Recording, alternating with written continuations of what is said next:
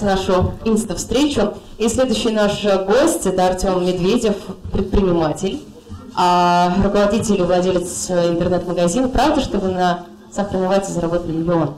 6,5. Вот, как раз пойдет речь о том, как заработать миллионы и про работу в США, наверное, тоже, да, расскажете? Давайте поприветствуем Артема. Терпи меч? Меч? Я вот русский язык вообще люблю, но не владею, к сожалению. Меня зовут Артем, мне сейчас полных 35 лет. Тут я красивый. Тут я обычно минут 5 назад я тут мимо вас проходил в резиновых сапогах, в дождевике. Короче говоря, очень приятно здесь находиться, только погода чуть-чуть подвела. Тема разговора у меня сегодня заявлена про бизнес, но, честно сказать, хотелось поговорить не сколько о бизнесе, сколько о жизни. Это такая небольшая площадка. Поближе говорить, да? Все, спасибо. Делайте замечания. Такая площадка, где можно мнениями обменяться с русскими людьми, с русскоязычными. Я уже где-то полгода никак не могу мнениями обменяться из-за карантина. Застрял в США, вот только когда рейсы наконец-то стали разрешать международные, 1 августа смог сюда вернуться. В 2 словах, как заработать, сладкая вата, и так далее, как оно связано со мной. Почему мы говорим о деньгах? И, кстати говоря, раз вы здесь сидите, почему вы здесь сидите? Что вас интересует? Возможно, какой-то запрос есть. Мне было бы удобнее строить общение в интерактиве.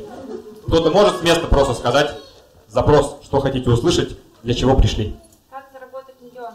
Окей, как заработать 1 миллион, еще кто есть? Почему сахарная вата? Почему сахарная вата, 2 миллиона? Еще кто-то есть, что-то кто-то хочет сказать, спросить, чтобы я примерно знал, на что нужно ответить. Кто согласится, что на одну зарплату не проживешь? Руки вверх. О, знакомые люди тут подняли. Да, почти все. Я пытался, честное слово, на одну зарплату прожить в Ижевске. Я ижевский. Не получается от слова вообще. Но зарабатываешь, мужику в Ижевске можно зарабатывать 30-35 тысяч легко. 50 уже сложнее, 80 только избранные зарабатывают, больше 120 программисты, уникумы. Соответственно, когда смотришь на потребительскую корзину, когда смотришь, сколько стоит купить машину, жене самое главное купить что? Правильно, шубу, свозить детей туда-сюда в отпуск, сколько стоит купить квартиру, не хватает. И в 2009 году, совершенно случайно, я решил заняться подработкой небольшой. Это, в принципе, нормальная практика. Люди работают для того, чтобы была зарплата. Работодатели платят столько, чтобы не особо шикануть можно было, с одной стороны, но и ноги от голоду не протянешь, с другой стороны. В принципе, логично. Я как работодатель тоже маленькие зарплаты плачу. Не та у нас экономика, чтобы большие платить, к сожалению. Естественно, всегда люди задумываются о подработке.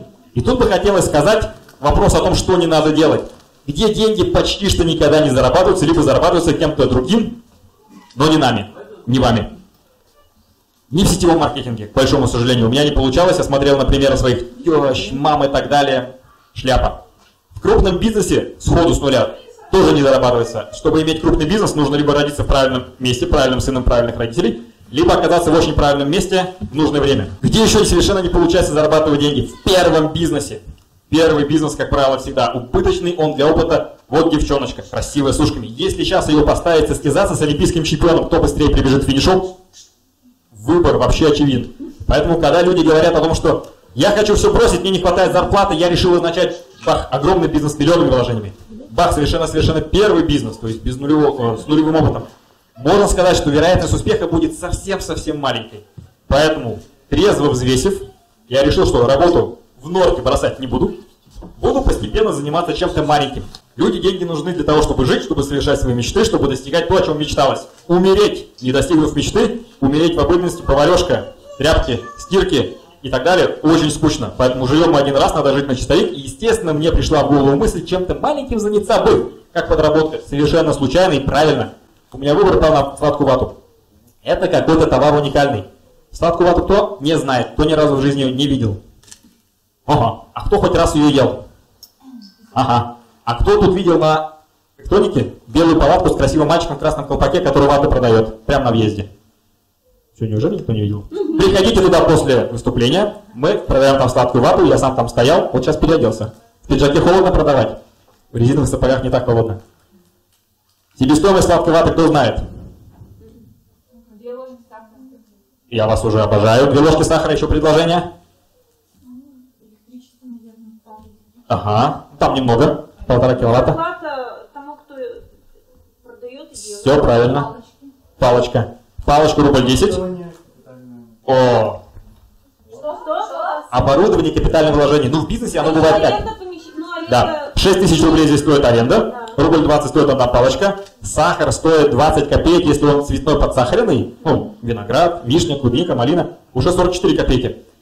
Плюс зарплата. В среднем 1500 в день получает тот человек, который стоит вату катает, но он катает плохо. Он катает не клиент-ориентированно, он в телефоне так, потому что ватакаты, серьезные люди, типа меня, в пиджаках, не идут. Идут студенты. Они, естественно, работать сильно много не хотят, потому что студенты у них на веселье, на голове там развлечения, веселуха и так далее. Они работают так себе. Поэтому очень часто вот именно в этом бизнесе мы работаем сами. Я первые 9 лет работал сам. Начал в 2019, в 2018 совершенно перестал. Вот сейчас снова стал.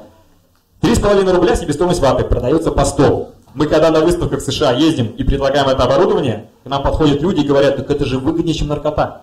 Вот в Орландо, во Флориде подходит колумбийский борец с наркотрафиком. Видно по нему, в татухе, в турецком золоте, весь такой вся.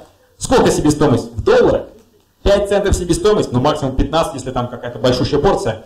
5 долларов продажная цена. Что больше? Сейчас мы узнаем, у кого с экономикой классно. 100 рублей или 5 долларов? Что больше?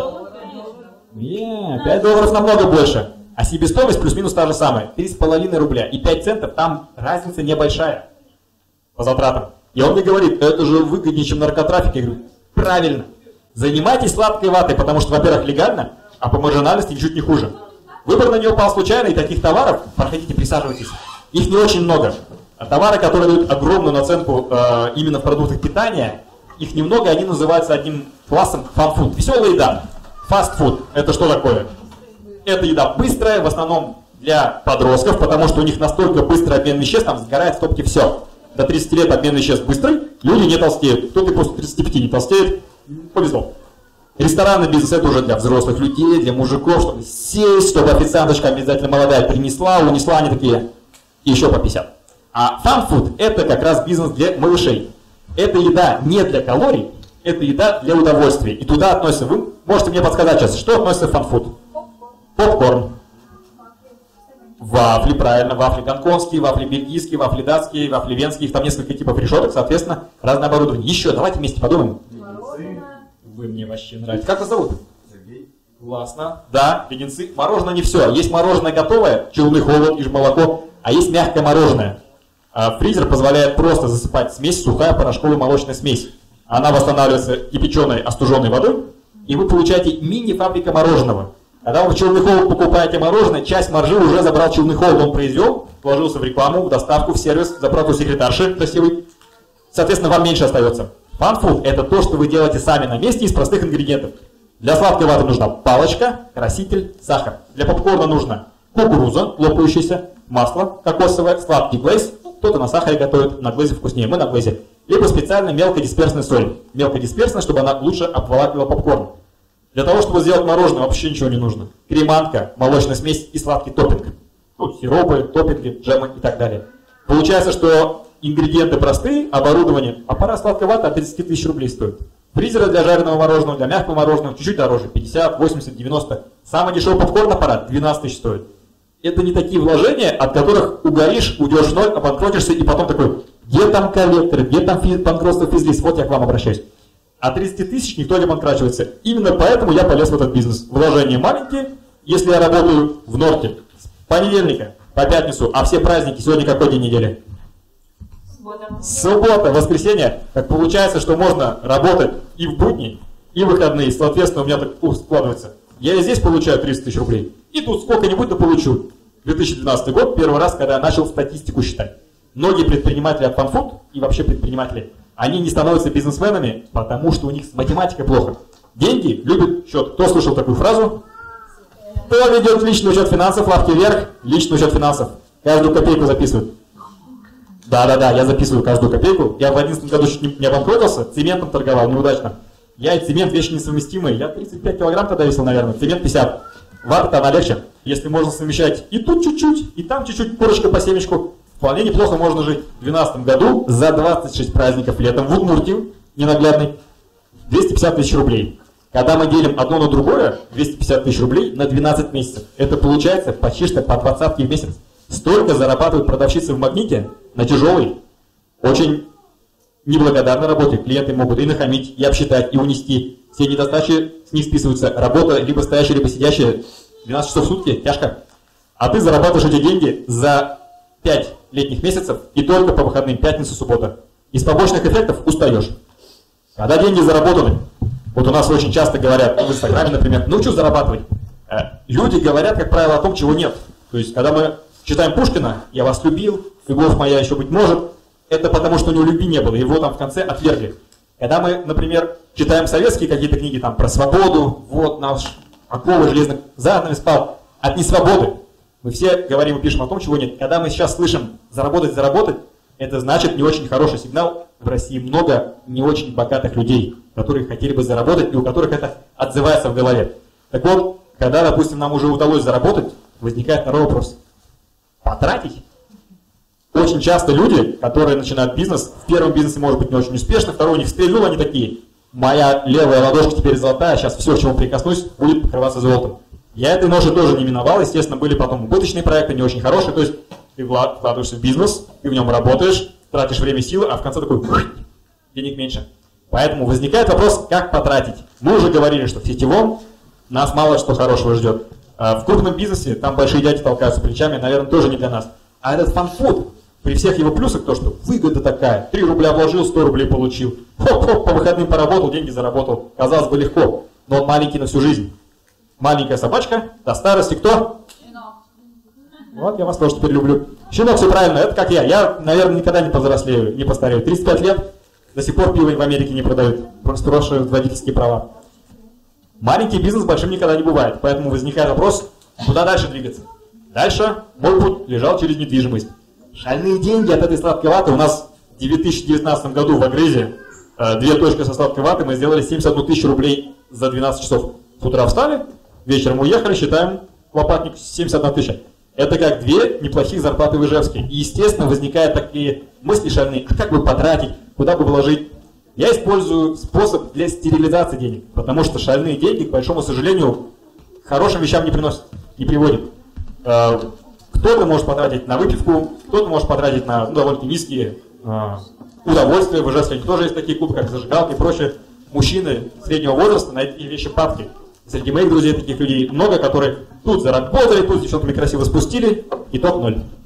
Я использую недвижимость. Казалось бы, что может быть хуже для зарабатывания? Почему недвижимость для зарабатывания плохо? Как вы считаете? Минусы недвижимости, вложения в квартиру, чтобы сдавать в аренду? Присаживайтесь, мальчик. Почему это плохо для заработка? Кто может сказать? Да, очень долгая окупаемость. Оборотка там смешная. РОИ едва там 5%. Можно в банк положить, иметь больше. Только в банке деньги со временем обесцениваются, а квартира, она всегда чуть-чуть на величину инфляции сама собой индексируется. Это стабильно. Еще какие минусы покупки недвижимости? Сколько стоит квартира? Вот, вы мне тоже нравитесь. Квартира стоит много, то есть сложно сделать так, чтобы такой пришел такой. Мне, пожалуйста, 2 сырка и вот эти 3 квартиры. Так не бывает. У людей не бывает много денег, поэтому очень сложно сделать этот шаг маленького фан-фуд-бизнеса, где ты зарабатываешь там 20-30 тысяч рублей за день, до квартиры стоимостью 1,8 миллиона. Но его сделать можно, если знать правильный кредит. И вот одна из целей, почему я выступаю, рассказываю, чтобы люди знали, не так сложно зарабатывать, не нужно. Люди, когда у них денег нет, могут на такие подлости идти, такие нехорошие вещи совершать. Вы наверняка слышали истории. Ветерана обманули, черные риэлторы без квартиры оставили, у братьев, сестер там воруют. Это подлые вещи, которые люди иногда совершают за 20, 25, 30 тысяч рублей. Хотелось бы этого избежать. Не так сложно зарабатывать деньги, если знать дорожку. Вот, например, в темноте попытайтесь вот так вот пройти. Тяжело. А если вас, например, Сергей за руку проведет, будет же проще. Вот я как Сергей чуть-чуть расскажу, как я прошел. Идти по этому пути, не идти, исключительно дело хозяйское. Тут нет задачи прорекламировать, нет у меня финансовых интересов уже в России, в Удмуртии, поэтому ничего не продаю. Если вату захотите купить, это уже отдельно там мальчик торгует. Как пройти? Мало кто знает, что можно купить квартиру с первоначальным взносом небольшим, а иногда еще и нулевым. Выглядит это так. Многие люди среди моих родственников годами копили деньги с периода там 2006 по 2013, и они говорят, я коплю, а цены, помните, какие цены были в 2006-2013? Квартира на Ильфата Закирова в 6-м 627 тысяч рублей, в 13-м 1 600 000. Ну, сложно догонять инфляцию, когда она большая. Когда вы находите знакомого риэлтора, договариваетесь о занижении оценки объекта, квартира стоит завышение 1 600 000, вы говорите 1 900 000. в банк приносите левую расписку о том, что типа 300 тысяч уже отдали, оплачиваете услуги оценщика, риэлтора, сделка по регистрации, доверенность от жены, так называемое согласие на приобретение. Кто не женат, кто не замужем. Вам повезло, покупайте, пока не замужем, потом замучитесь разводиться. Я с женой не развожусь, только потому, что на ней 6 объектов. Мне невыгодно экономически, еще гараж на ней висит. Она говорит, я тебя брошу. Я говорю, куда? Я тебе буду ноги, руки твои целовать, как у Стаса Михайлова. Не могу себе позволить, поэтому живем дружно. Вынужденные меры, с юмором, конечно, но отчасти доля правды есть. Видел я, когда люди разводились и делились, плохо это. Согласие нужно как раз для того, чтобы все правильно оформить, еще лучше брачный договор иметь, а об этом, наверное, не в этот раз.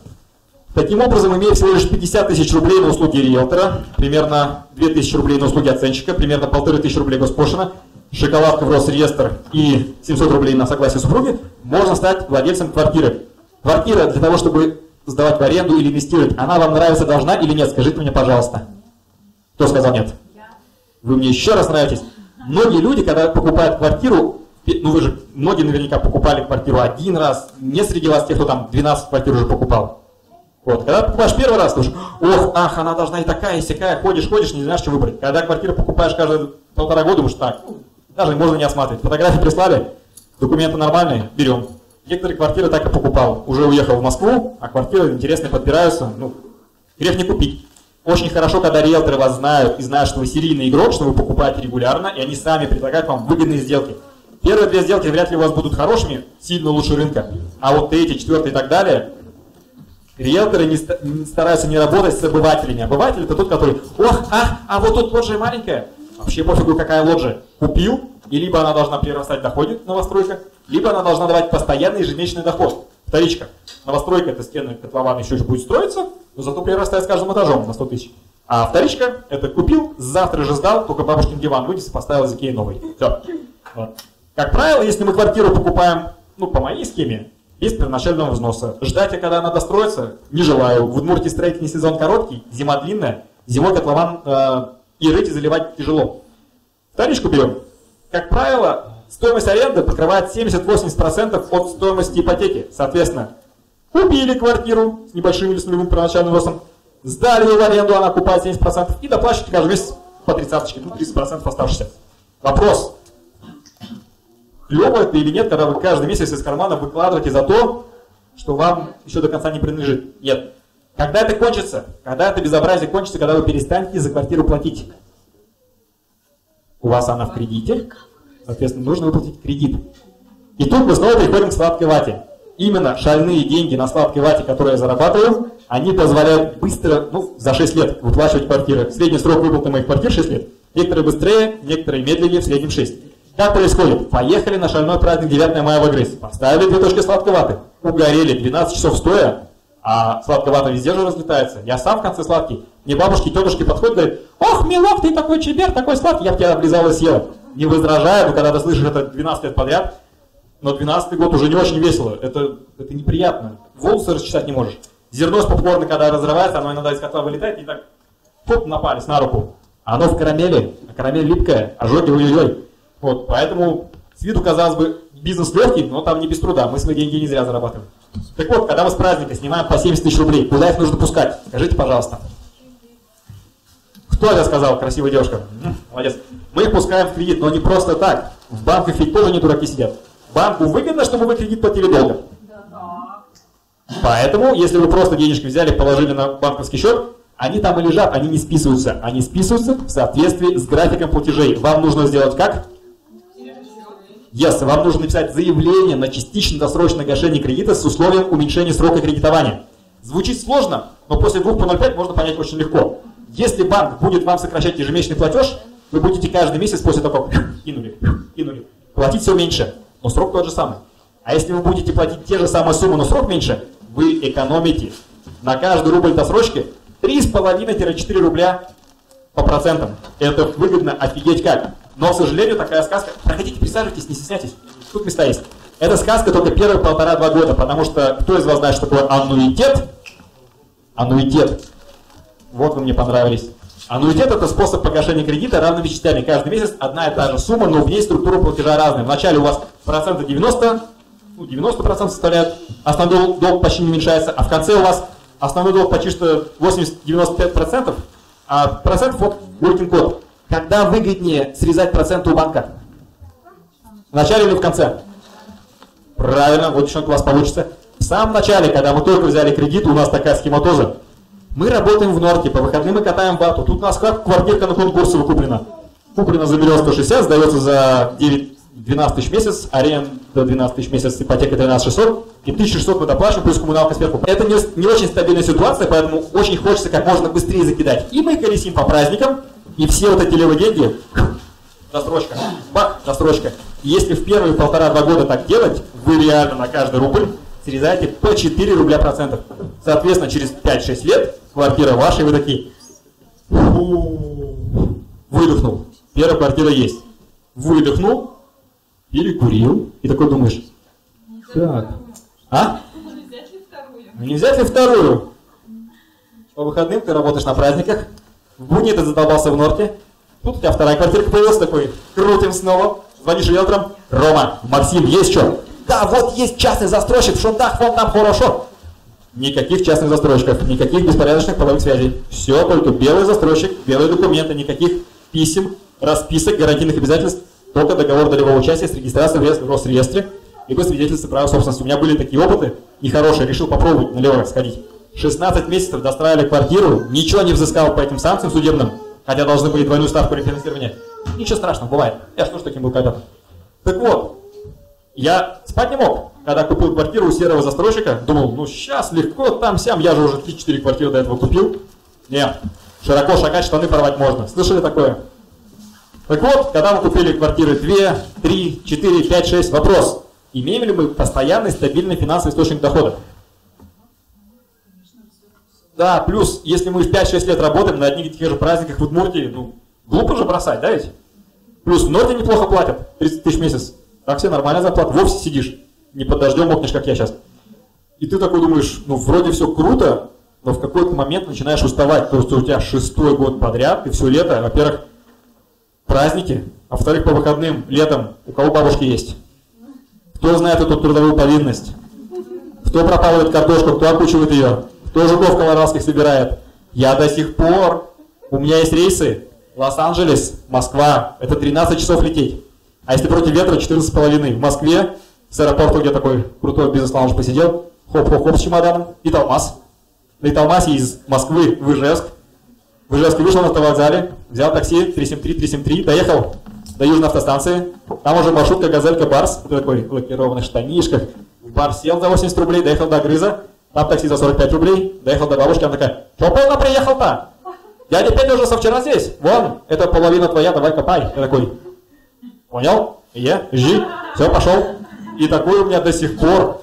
И, кстати говоря, честно сказать, я это люблю. Вот. Когда ты уже понимаешь, что ты чуть-чуть задолбался, у тебя 6-й, 7-й год подряд, ты не видишь лето, ты не купаешься, ты едешь на праздники только потому, что там вату можно поставить. Угадайте с 3 раз, почему я сюда приехал. Мне сказали, вату можно поставить. Единственное, что я бронировал на июнь, перенесли на август, но кто знал, что такая погода будет, да? Это у нас выезд неудачный. Что? О, ну, значит, ладно, не один я пролетел. Когда мы работаем на праздниках, 25 праздников в сезон, когда он 5 месяцев, это почти что каждые выходные. То есть ты в некоторые выходные, понедельник, пятница ты работаешь, в субботу с утра в 5 утра встал, в 9 ты на месте, в воскресенье все отмываешь, в понедельник ты куда идешь? В любимый Норт. В Норте у тебя там работа, начальник отдела обучения, что-то требует, на совещаниях поступаешь. В пятницу ты какой уже по состоянию здоровья? Ну такой соленый огурчик. А в субботу в 5 утра ты куда? Иж бабья, бабья уча, иж байки, терси, крынды, биктова. Я этих все места до сих пор знаю. Я уже по глазам могу. Вот красивые спортивные штаны, председатель. Так себе, завхоз, но у него электричество есть. Это уже узнаешь. И устаешь очень сильно. И когда начинается зима, такой, наконец-то. Но там другая беда. Так как ты уже вату катаешь, ты уже знаешь, что нужно красиво, аккуратно быть одетым, тебя начинают заказывать на детские дни рождения. Один выезд 3000, думаешь, а где еще в Ижевске? За 2 часа 3000 можно заработать. Я знаю где. Я этим не пользовался, но я читал в газетах, что там такие есть девушки, которые столько зарабатывают так быстро. Вот. Но я не умею это именно так. У меня дольше получается. В итоге ты устаешь. И когда ты устаешь, ты понимаешь, нужно что-то радикально менять. Вот тут мы переходим резко так на следующий этап, который не очень был сильно обозначен в самой теме выступления. То есть тема выступления «Миллионы на сладкой вате». как там в Comedy Club кто-то смотрел, лучше всех Игорь, Гарик Бульдог Харламов, Тимур Бадурдинов. Хорошая миниатюра. Вот, схему я объяснил, как отмыть 6 миллиардов. Дальше уже хотелось бы про общение поговорить с вами. Мне это намного интереснее, чем рассказывать, как деньги поднять. Деньги зарабатывать скучно, на самом деле. Ты находишь одну схему и много раз ее крутишь. Вот. Это во всех бизнесах примерно так. И каждый раз, когда ты крутишь, ты просто очень много считаешь. В итоге башка такая квадратная, ты уставший, замученный, глаза квадратные, зато деньги есть. Счастья нет. И когда ты хочешь счастья, ты думаешь, надо найти работу, чтобы было не как в Норте 30, а чтобы 30, 25 и еще 13 с этой аренды, чтобы было много. В каких городах много платят? Москва, Екатеринбург, Петербург, Краснодар. Так как у меня с кожей были проблемы, я из Ижевска переехал в Краснодар. Собственно, все свои схемы с квартирами я именно там делал. Ну, удивительная вещь просто. 1 800 000 стоила квартира на Кункурсово, сдавалась она что-то за 12. 1 200 000 стоила квартира в Краснодаре, сдавал за те же деньги, но коммуналка была включена. Я так подумал, ну если, как говорится, нет разницы, зачем платить больше? Поэтому с 2014 года я в Ижевске не жил, и все свои там 6-7 квартир я их там купил. Вот. Но родина, считаю, естественно, Удмуртию, в Краснодаре, это как бы бизнес, и там тепло, море близко, шубу жене покупать не надо, это тоже было важным плюсом. Вот. Но когда даже в Краснодаре ты задолбался, ты уезжаешь в Москву. В Москве действительно платят хорошо, но про Москву можно сказать так. Если в Ижевске мы живем, мы чем-то недовольны, но мы живем. В Москве ты не успеваешь быть недовольным, потому что долго добираешься. Для того, чтобы тебе платили много, 100, 200, 300 тысяч, ты должен много работать, это не 8 часов. И работаешь ты прямо на износ, ты работаешь на работе, ты работаешь после работы, потому что шеф уехал в командировку, пишет тебе, о, вот тут классный клиент, срочно свяжись. Такой, ага, если я сейчас не свяжусь, мне больше не будут такой зарплату платить. Ты работаешь на выставках, с виду кажется, что посещать международные выставки очень круто. Вот повезло, наверное, я побывал в Дубае, Сингапур, Гонконг, если с другой стороны посмотреть, Бахрейн, Катаре, слава богу, не был. Почти что вся Европа, естественно, Москва, немножко Монголия, и там уже Америка пошла. Чикаго, Орландо, Лос-Анджелес, ну, естественно, другие крупные города. С виду география крутая, но по факту, когда ты работаешь, ты сел в самолет, прилетел из самолета в такси, приехал, из такси вышел в отель, переоделся в такси, из такси на выставочный стенд, два дня такой, hello, this is Cosmic Candy Machine, $1500 стоит, деньги сюда, отгружать там, окей, goodbye, перезвоню. Они такие все вежливые, ты приходишь в Удмуртию, если кто-то не нравится, скажешь, что тебе надо, иди отсюда. Вот как этот мужчина. А там же типа, окей, it was nice to see you, hello. Приходится быть вежливым, что для нас не сильно естественно, и ты от этого устаешь.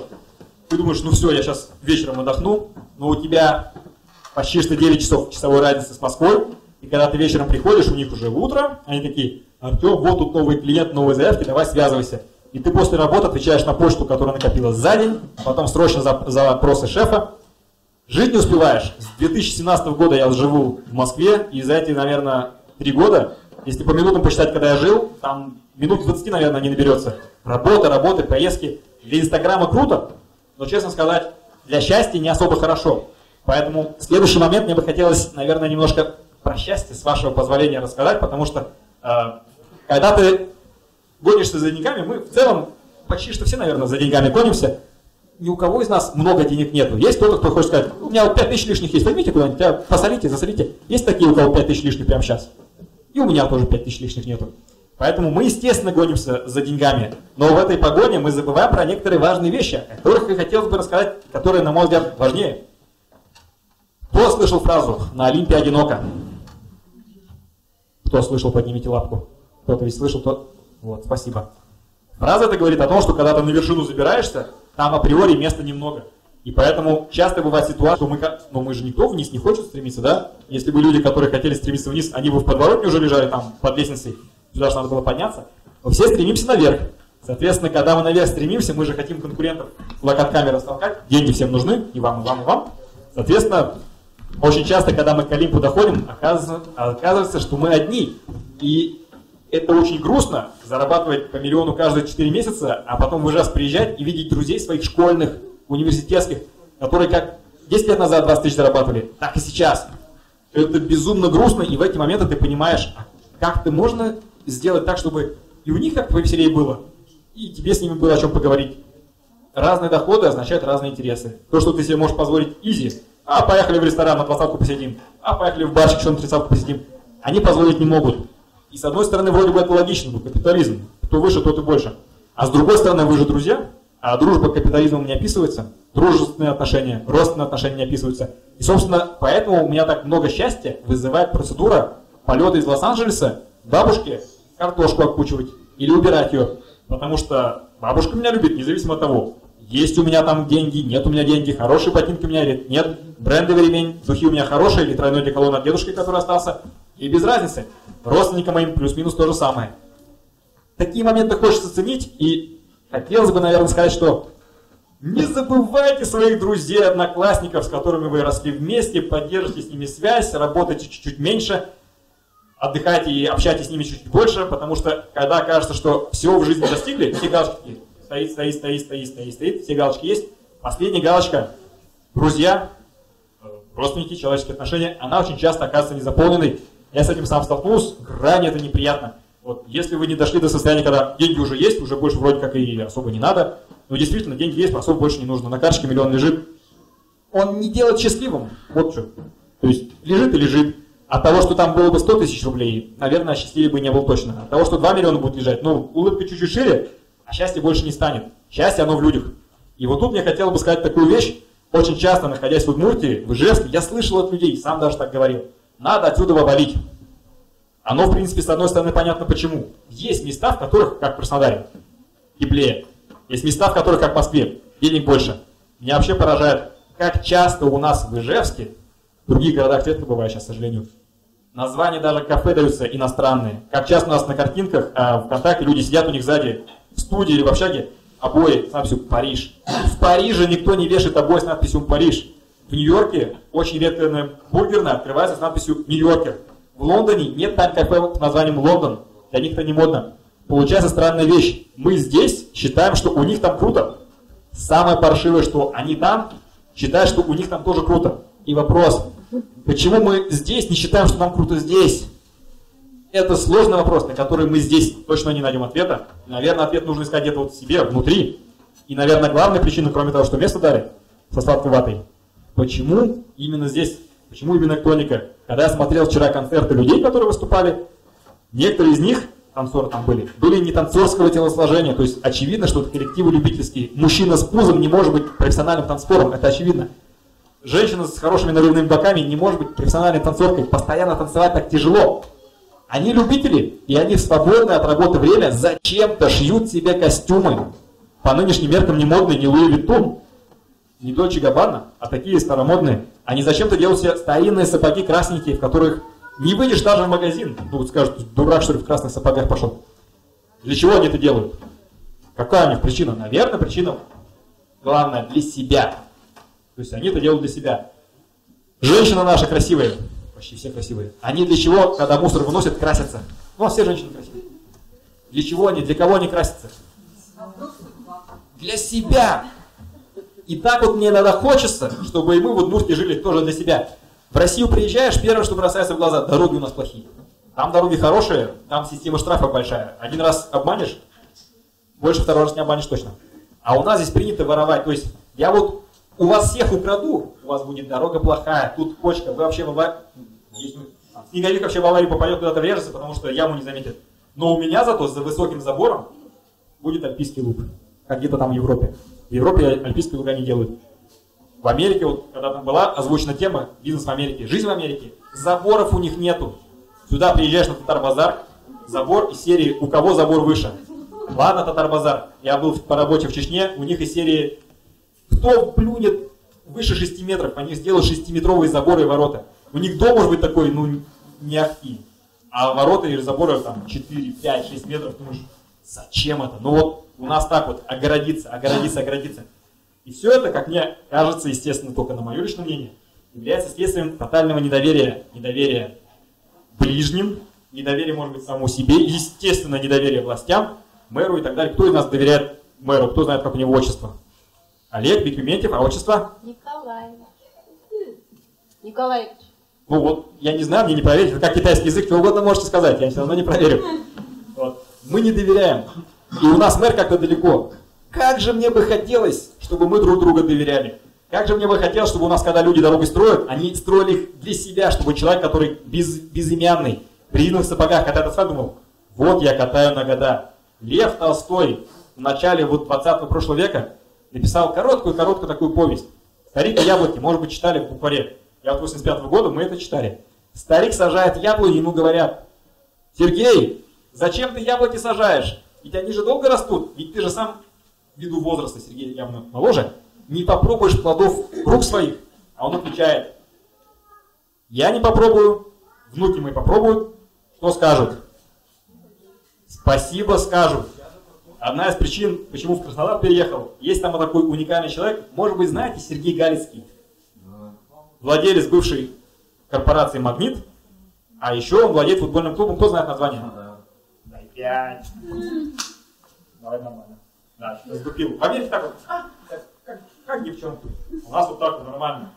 Футбольный клуб «Краснодар». А кто-то слышал стадион «Краснодар»? Может быть, кто-то видел парк «Краснодар»? Человек построил стадион за 36 миллиардов рублей, вот в никуда такой. Семечко хотел купить новый, решил построить стадион. А к нему построил парк еще за 16 миллиардов рублей. Огромный. Сколько заборов в парке вы дать из 3 раз? 0 заборов. Это редкий, к сожалению, очень редкий пример, когда люди тратят вот на общественное пространство. И это одно из удивительных вещей, которых я в Америке много видел. Там огромное количество богатых людей считает совершенно правильным, заработав деньги, тратить их вот туда, тратить сюда. Когда я был в школе, у нас на уроке истории объясняли про третью промышленную революцию, когда там паровая машина Джеймса Уатта, малая автоматизация, прялки, сеялки. И там была такая сеялка Маккормика. Так вот, Маккормик – это человек, который построил самый крупный в Чикаго выставочный комплекс, в который мы ездим каждый год на ресторанную выставку. NRA, National Restaurant Show Association, выставка Национальной ресторанной ассоциации. На секундочку, именно на ней в 1951 году был презентован концепт быстрого ресторанного питания Макдональдс, который вы все знаете. То есть огромное здание, которое в центре города было построено для общественных нужд, передано городу, он с него имеет 0. И вот, завершая свое выступление, хотелось бы мне сюда приехать через год, через 2, через 5, а чтобы у нас тоже заторов не было. Дороги идеальные, люди зарабатывали легко. Ну, я же вначале объяснил, что зарабатывать в принципе несложно. Ну, то есть, это одна из схем. Работа, подработка, как стерилизация, чтобы Ляшки деньги не жгли, квартиры. Оно за год заработать миллиард сложно или миллион, а за 6 лет вполне зарабатывать все там, и не миллион, а больше. Вот. Если мы понимаем, что заработать несложно, мы, может быть, не будем настолько трястись, чтобы, ну, на деньгами, как там у Пушкина, Кощей на златом чахнет, чтобы у своих же удмуртов, у наших же братьев, сестер воровать на дороге, на больнице, на чем-то еще, но зато себе Альпийскую горку и забор повыше. Вот, понимаю, что когда это услышит 20 человек, это может быть небольшая площадка, очень надеюсь, что где-то еще, может быть, буду выступать с площадками побольше, а мысли, они как зернышки, так вот их посеешь, в чью-то голову упадут, может быть, он не будет закладками заниматься, не наркотиками, а ватой. Кто-то, может быть, скажет: ну да, слушайте, надо дороги правильно делать, я же один раз живу, можно чуть-чуть жить по-другому. И вот именно это бы, наверное, хотелось мне оттуда сюда перенести, а не тот внешний лоск, внешний блеск, то, что люди живут лучше, машины чище, там, каблуки выше и так далее. Это мирское. Спасибо большое вам за внимание. Вот, если какие-то вопросы есть, буду, естественно, рад ответить, но обычно их не бывает. Поэтому, завершая свое выступление, Тао Баджим, то, что вы здесь, означает, что вам не все равно, что будет в нашем крае, раз вы тоже приехали. И значит, именно мы, те, кто здесь на электронике, настоящие патриоты нашей удмуртской земли. Ау!